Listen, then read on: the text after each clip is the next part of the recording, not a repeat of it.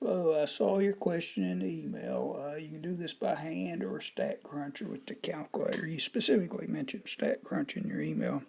The number of chocolate chip cookies in a bag of the number of chocolate chips in a bag of chocolate chip cookies is normally distributed with a mean of 1,261, standard deviation of 118.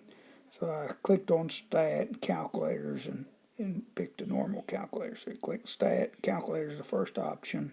Pick the normal calculator. So on this button's pressed by default. I enter the mean, which was given, 1,261. Enter standard deviation, 118, which is given. They determine the 26th percentile for a number of chocolate chips in the bag. So they want this area here to be 0.26. And so you put the area in here, you put 0.26 in here, and you click compute, and it gives you this number here, 1,185. So it does all the calculations for you, and that's what goes here. And so that's how you'd use StatCrunch to answer this question. Hope that helps.